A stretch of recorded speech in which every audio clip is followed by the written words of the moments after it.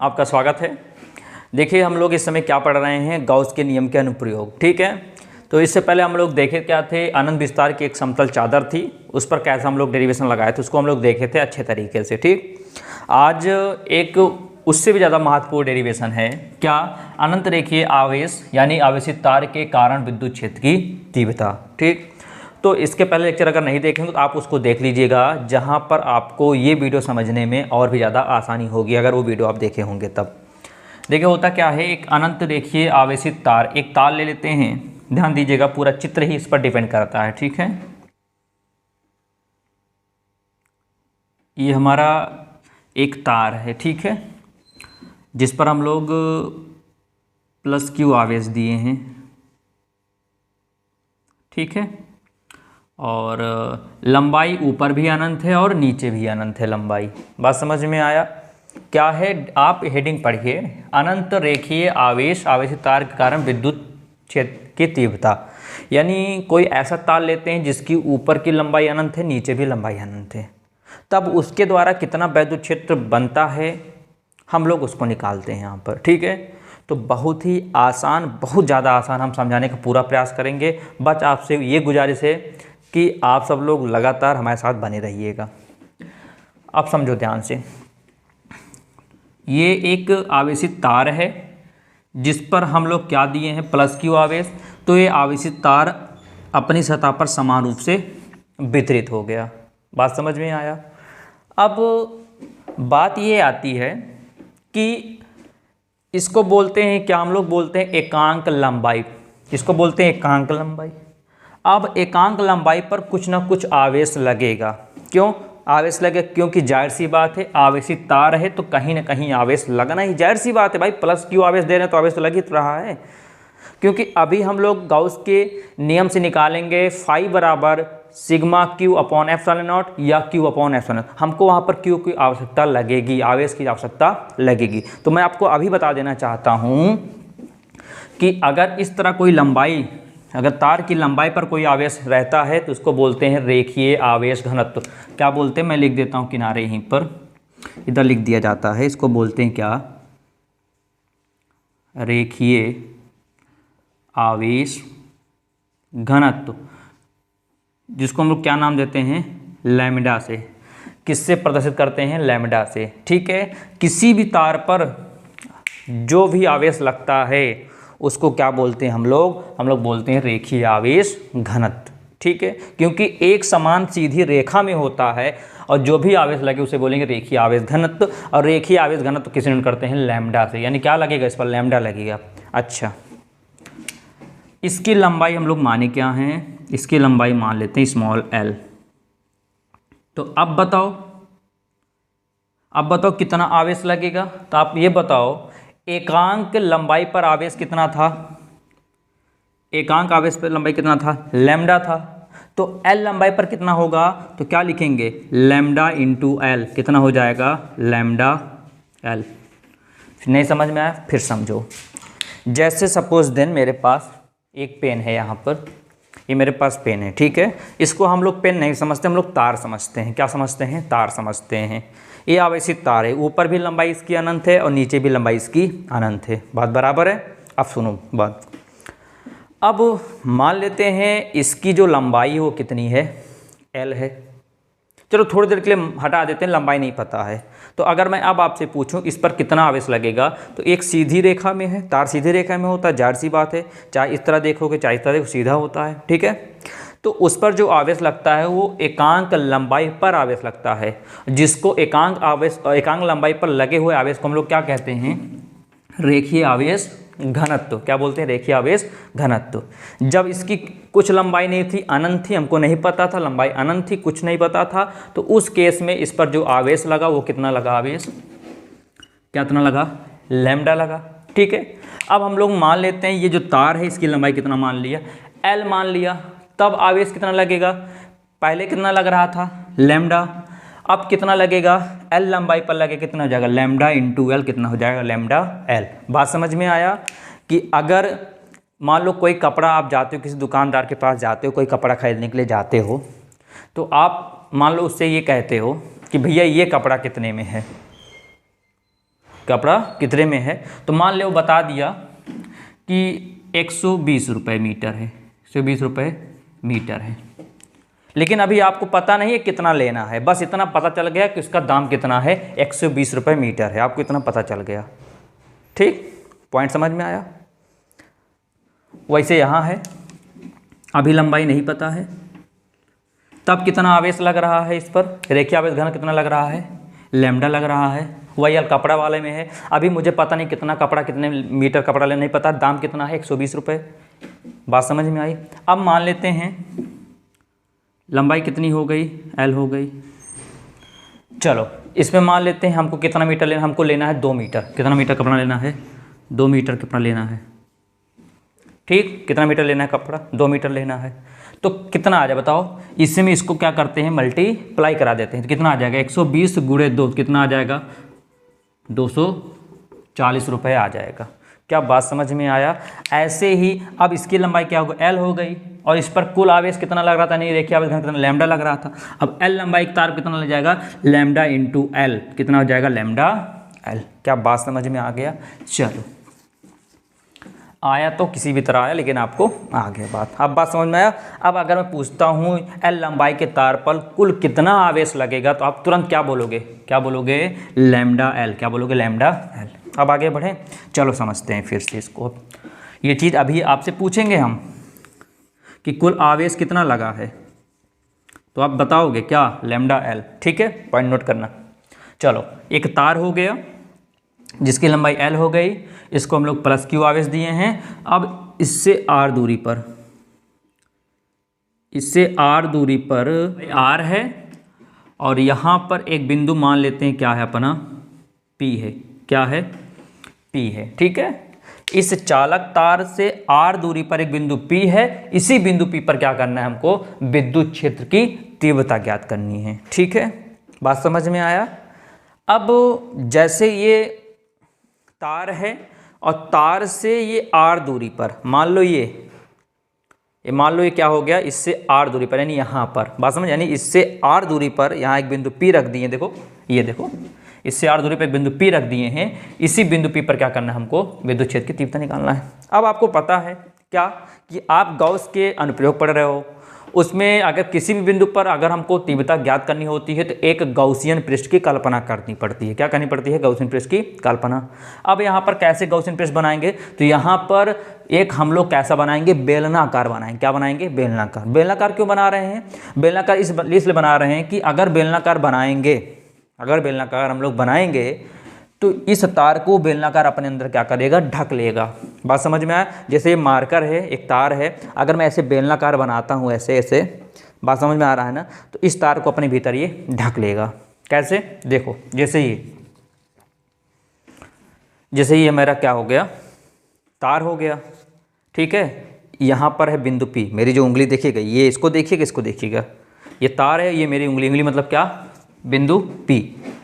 अब हम लोग कैसे ऐसे बनाएंगे बेलनाकार, जो कि क्या करेगा, इस तार को ढक लेगा। देखो इस तरह, जैसे ये है तार, ये देखो बना ना बेलनाकार।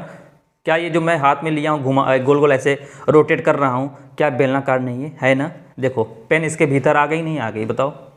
अब जो बिंदु P है वो कहाँ आएगा, वो कहीं यहाँ पर मिलेगा। देखो ये क्या था, हमारा तार था।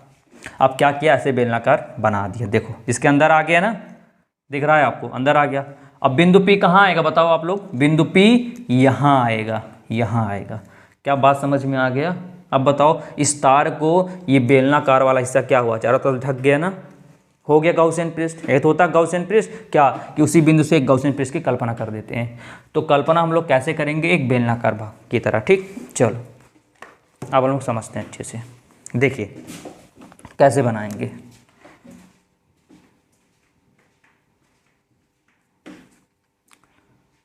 यहाँ पर यू, ठीक,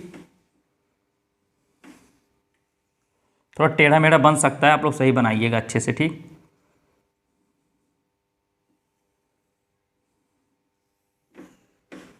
हमसे टेढ़ा मेढ़ा हो सकता है क्योंकि हमारे पास कोई स्केल तो है नहीं।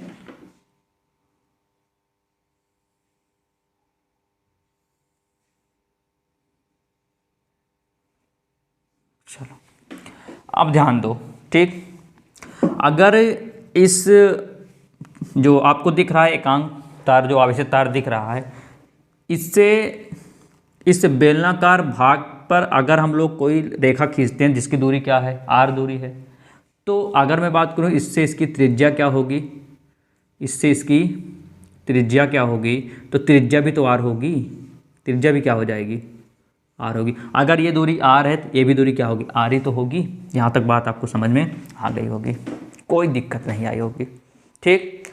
अब वही कल की तरह फिर से करेंगे, क्या हम लोग क्या निकालेंगे, कुल इस पर वैद्युत फ्लक्स निकाल लेंगे। बेलनाकार भाग या बेलनाकार गॉसियन पृष्ठ के द्वारा एकांक क्या लिखा है, एकांक आवेशित तार पर कुल वैद्युत फ्लक्स, ठीक है। तो यहाँ पर आपको दो हिस्से दिख रहे होंगे, कैसा हिस्सा आपको बताना चाहता हूँ, देखो ध्यान से, देखो ध्यान से। ये अब इसको थोड़ा मत देखिए, इसको देखिए। ये आपको इसमें आपको समझना पड़ेगा कि ये आपका बेलन है, ऐसा ना बेलन होता, क्योंकि ये हम लोग 2D या 3D में तो दिखा नहीं सकते इसको यहाँ पर, समझ। तो ये क्या हो गया हमारा बेलन। तो एक हिस्सा ये वक्र वाला, ये हिस्सा क्या आपका वक्र वाला है, ये वक्र वाला मतलब ये हिस्सा, ये क्या है आपका समतलीय भाग हो इसका वक्र वाला, बात समझ, ये वक्र वाला हो गया। और ये जो ऊपर वाला जो ऐसा देख रहे हो आप, ये है ये वाला, और नीचे वाला क्या है आपका ये वाला है। तो इसको हम लोग क्या कह सकते हैं, समतलीय भाग कह सकते हैं, कह सकते हैं ना समतलीय भाग। ये समतलीय हो गया, ये हमारा वक्र है, ये क्या है, ये हमारा वक्र है। तो एक भाग ये और एक भाग ये, बात समझ में आ गया, कोई दिक्कत नहीं। चलो जैसे ये देखो, ये दिखा ना आपको, तो ये वक्रीय भाग हो गया, तो एक भाग ये हो गया, ये वक्र वाला एक भाग हो गया, और एक भाग क्या हो गया, ऊपर वाला एक भाग क्या हो गया इसका, ये देखो समतलीय एक भाग ये हो गया, ठीक। अब देखो ध्यान से,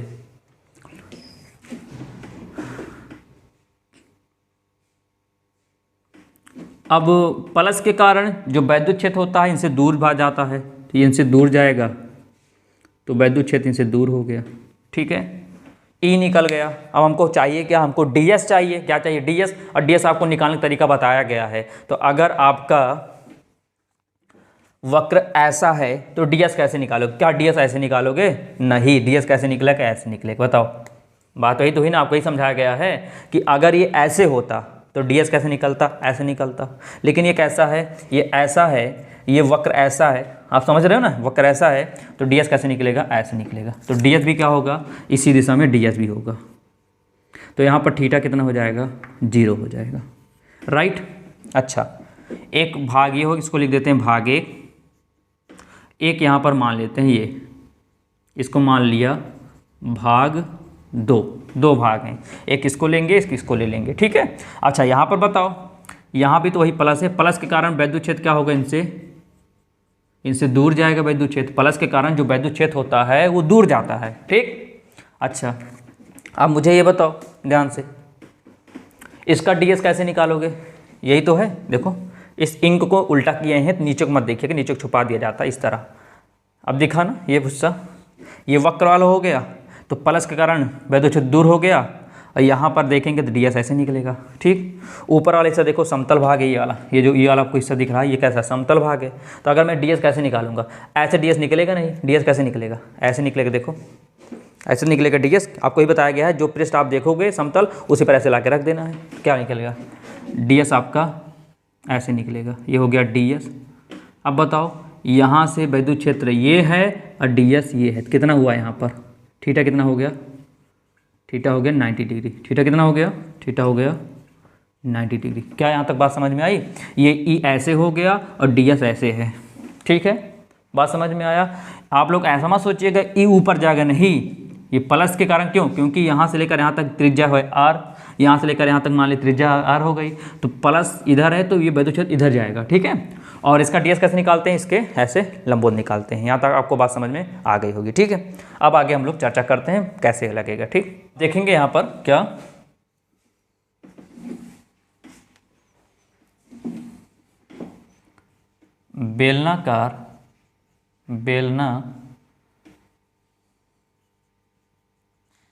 बेलनाकार गॉसियन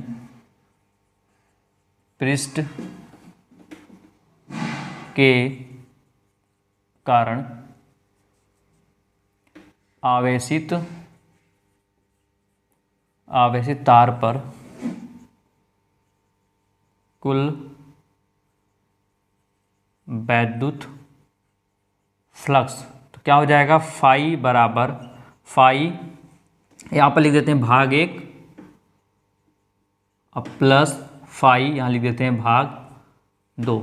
तो फाई का सूत्र पता है, integral E D S cos theta, यहाँ पर भाग 1 लिख देते हैं, अब प्लस यहाँ पर integral E D S cos theta, यहाँ पर भाग 2।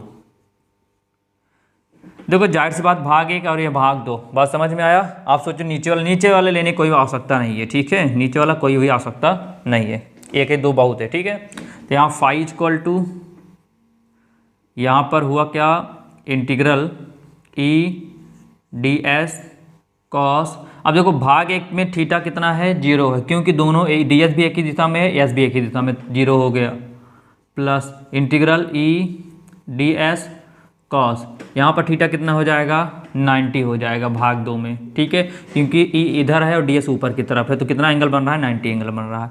तो फाई बराबर integral E D S, cos 0 का मान होता है 1, कुछ नहीं लिखा जाएगा, यहाँ पर कॉस 90 होता है 0, ये पूरा हो जाएगा 0, बचा कितना, फाई इक्वल टू, यहाँ ई कॉमन लेंगे, इंटीग्रल डी एस।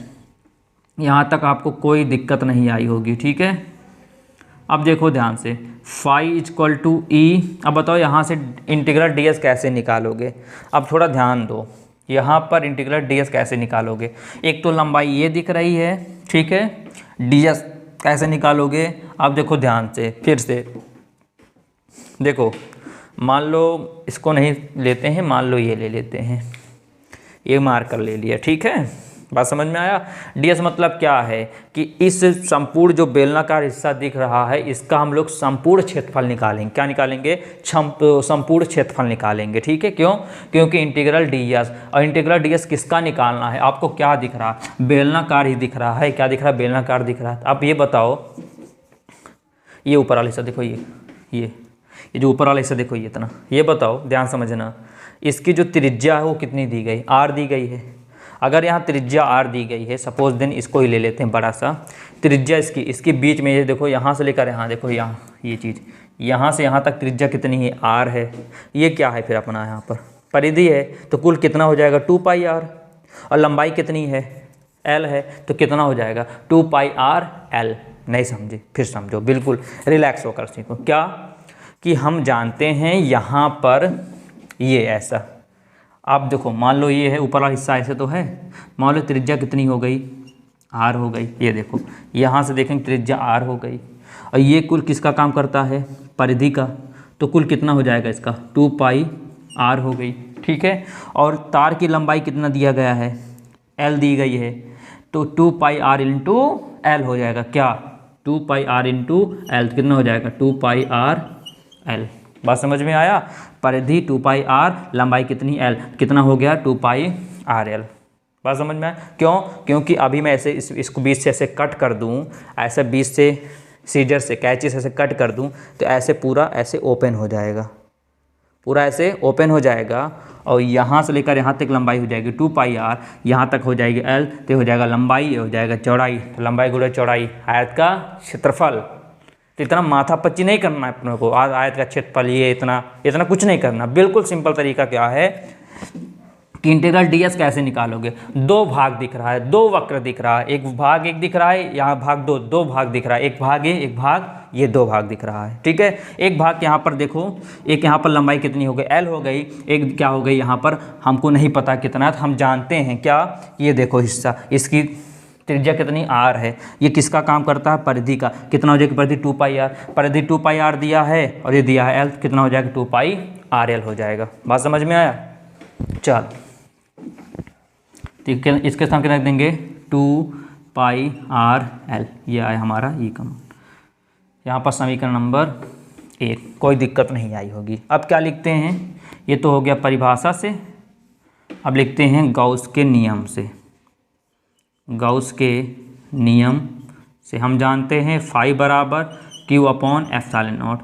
तो फाई बराबर Q का मान देखो, इस पर कुल कितना आवेश लग रहा है अभी आपको स्टार्टिंग बताया था, देखो क्या, lambda L upon epsilon not, समीकरण नंबर 2। तो लिखते हैं समीकरण 1 व 2 की तुलना करने पर, तो फाई कैंसिल हो जाएगा, बचेगा E 2 पाई आर एल बराबर lambda L upon epsilon not. यहाँ से E की वैल्यू निकाल लो तो क्या हो जाएगा, lambda L upon epsilon not, ये पूरा गुणा में नीचे आएगा, सॉरी ये पूरा गुणा नीचे भाग में आ जाएगा, तो 2 पाई आर एल, तो L से L क्या हो गया, कैंसिल हो गया। तो बचा कितना, बचा E बराबर lambda upon 2 pi r epsilon naught. अब चाहे आप इतना इसको छोड़ सकते हो, वो आपकी इच्छा है। अगर आगे लेकर जाना चाहते हो तो क्या करोगे, ऊपर 2 से गुणा नीचे 2 से भाग कर दोगे। क्या करोगे, ऊपर 2 से गुणा करेंगे और नीचे 2 से भाग करेंगे। ऊपर 2 से गुणा नीचे 2 से भाग ये इसलिए कर देंगे, अगर मैं इसको फिर से काटना चाहूँ फिर से यही आ जाए, कोई भी परिवर्तन नहीं होगा। लेकिन भाग और गुणा क्यों किया गया है अभी तुरंत समझ में आ जाएगा। देखो ध्यान से, इसको मैं यहाँ पर लिख देता हूँ, चलो यहीं पर लिख देते हैं, E बराबर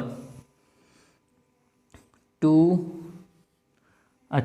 यहाँ लैम्डा है 2 लैम्डा, देखो 2 2 जा 4 pi epsilon naught into r. इतना आपको दिखा, कुछ नीचे दिख गया होगा, 2 से गुणा 2 से भाग क्यों कराया गया, 2 lambda upon 2 into pi r lambda, pi r epsilon, इसका मतलब 2 दूना 4 पाई एप्सिलॉन इंटू आर। तो कुछ दिखा होगा, क्या दिखा आपको, ये दिखा होगा E बराबर, यहाँ से क्या हो जाएगा 2 lambda 1 upon 4 pi epsilon not, कितना होता है K होता है, कितना होता है K अपॉन कितना बचा एप्सिलॉन, यहाँ R बचा, कितना बचा R। तो ये हमारा वैल्यू आ गई।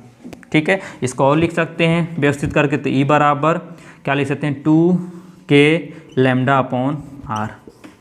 ठीक है, कहीं पर अगर आपको छोटा बूटा लगेगा, यानी क्या आपको छूट गया हो, मिस हो गया, तो वीडियो बैक करके आप एक बार फिर से देख सकते हैं। ठीक है, अगर हम एक चीज़ की बार बार अगर रिपीटेशन करेंगे, बार बार दोहराएंगे, तो वीडियो लंबा चला जाएगा और आपको बोरिंग सा लगने लगेगा। तो उम्मीद करते हैं आपको ये समझ में आया होगा, कोई भी प्रॉब्लम नहीं आई होंगी। ऐसे लगातार हमारे साथ बने रहिए, और अगर अभी तक भी चैनल को सब्सक्राइब नहीं किया होगा तो चैनल को प्लीज़ सब्सक्राइब कर लीजिए और बेल आइकन बटन पर अवश्य बटन दबा दीजिए, जिससे जो कुछ आपके वीडियो जो कुछ भी मतलब जो कुछ समझ रहे हैं, यानी जैसे फिजिक्स हो गया, केमिस्ट्री हो गया, मैथ हो गया, जो भी अपलोड किया जाएगा आपके संबंधित जो भी वीडियो होगा आप उसको देख लीजिएगा। और आप देख सकते हैं बिल्कुल आसान तरीके से आपको पूरा समझाने का प्रयास किया गया है। ठीक है, तो कल फिर मिलते हैं, इसके आगे लेक्चर लेकर आएंगे, तब तक के लिए जय हिंद।